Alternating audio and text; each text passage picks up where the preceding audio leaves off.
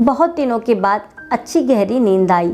सोकर उठ जाने पर हॉस्पिटल में हूँ, यह ध्यान में आने के लिए कुछ क्षण लगे। बेल बजने पर रूम में नर्स आई और बोली, गुड इवनिंग सर, कोई मिलने आया था क्या? नहीं, नर्स ने कहा। बड़ी देर सोया था इसलिए पूछा। मोबाइल पर एक भी मिस कॉल या मैसेज नहीं आया था। अभी कैसा लग रहा है? नर्स बोली। प्रचंड बोर हो रहा हूँ। 3 दिन में वह प्यून अंकल को छोड़कर दूसरा कोई भी मिलने नहीं आया। सब के सब इतना क्या बिजी होंगे? अपना कोई हॉस्पिटल में है, इसकी कोई चिंता है कि नहीं? नर्स बोली। पर मैंने कुछ जवाब नहीं दिया उसे।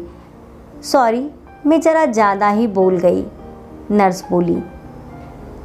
जो सच है वही तो बोल रही हो आप, मैंने कहा। ब्लड प्रेशर चेक करते समय तो 2 से 3 टाइम सॉरी बोलकर नर्स चली गई। वैसे नर्स का बोलना मन को लगा। 2 शब्द बोलने के लिए नज़दीकी कोई नहीं था, प्यार से बोलने वाला कोई नहीं था। बहुत बुरा लगता था, एकदम से रोना आ गया। मन भर आने के बाद शर्ट की स्लिप से आंखें पोंछी। सर में विचारों का पंखा जोरों से घूमने लगा। अस्वस्थता बढ़ी। आज मुझे किसी चीज़ की कोई कमी नहीं थी। बड़ा बंगला, फार्म हाउस, 3 गाड़ियाँ, बहुत सारा बैंक बैलेंस, सोशल स्टेटस सब है, तब भी मन शांत नहीं। किसी की तो कमी हो रही थी। हर कोई स्वार्थी होता है। मैं काफ़ी होशियार, चालाक बुद्धि, लेकिन दुराग्रही स्वभाव की वजह से कभी भी पसंद नहीं आता था किसी को।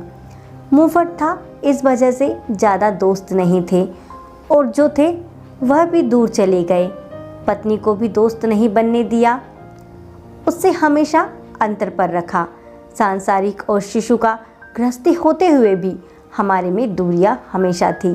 पैसों की वजह से बुढ़ापे में माँ बाप के मन को भी दुखाया। बड़े भाई को फंसाकर सारी संपत्ति खुद के नाम पर कर ली। इतना सब करने के बाद क्या मिला? ज़्यादा पैसों के साथ विकृत समाधान और कांटे जैसा चुभने वाला अकेलापन। यह सब विचार सर में घूम रहे थे। खुद पर गुस्सा आ रहा था। मन हल्का करने की इच्छा हो रही थी तो पत्नी को फ़ोन किया, पर डिस्टर्ब मत करो और कुछ चाहिए होगा तो मैसेज कर देना, ऐसा बोलकर उसने फ़ोन काट दिया। जवानी के दिनों में भी साथ नहीं रहने वाले बेटे से बोलने का तो सवाल ही उठता नहीं। फ़ोन नंबर देखते समय भैया के फ़ोन नंबर पर नज़र रुकी। वापस यादों की भीड़। भैया का नंबर डायल किया पर तुरंत काट कर दिया। वजह हमारे बीच का न बोलना।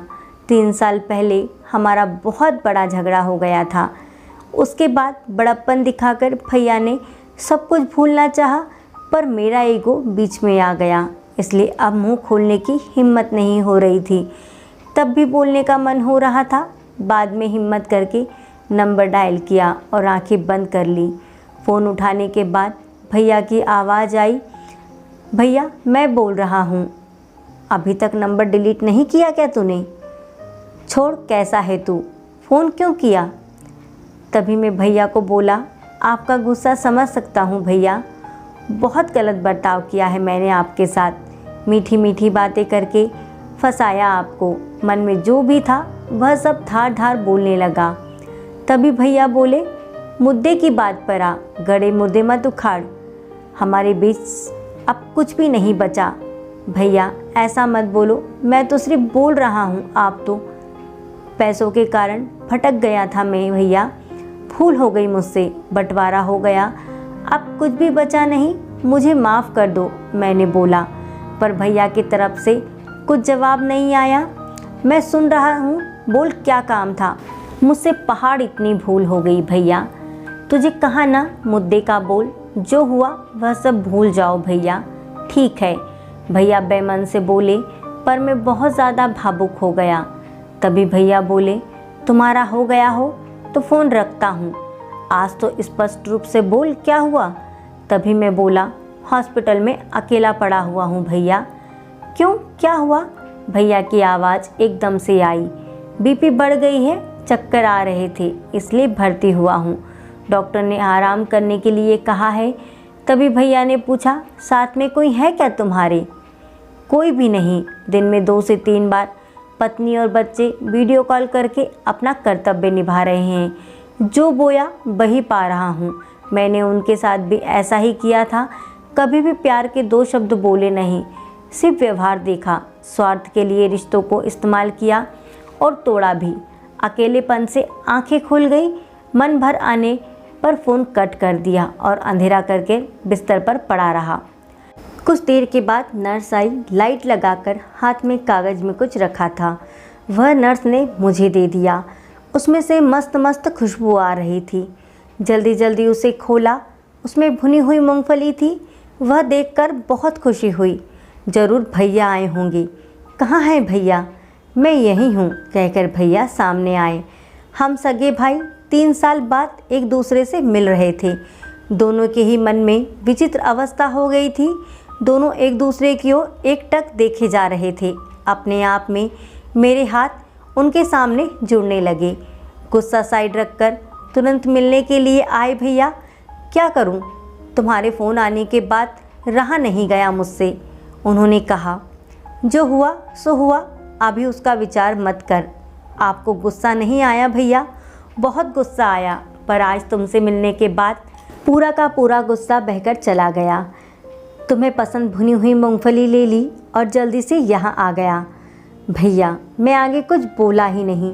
भैया ने सर पर प्यार से हाथ फेरा। तब बहुत शांत शांत लगा। गुस्सा कभी भी रिश्तों से ज़्यादा बड़ा नहीं होता।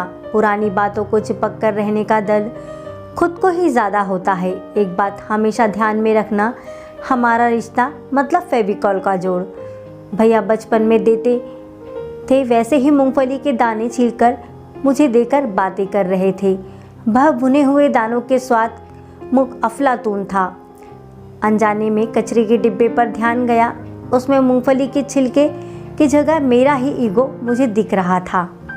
दोस्तों, इस कहानी से हमें यह शिक्षा मिलती है कि अपनों को धोखा देकर हम कभी भी कुछ भी नहीं पा सकते। इसलिए कोशिश करें कि हमारे अपनों का दिल ना दुखाएं और हमेशा अपनों के साथ रहें। दोस्तों, आपको ये कहानी कैसी लगी कमेंट में ज़रूर बताइएगा। और अगर आपको ये कहानी अच्छी लगी तो please like, share and subscribe ज़रूर करें। जय हिंद, जय भारत। फिर मिलेंगे अगली कहानी के साथ दोस्तों। वंदे मातरम।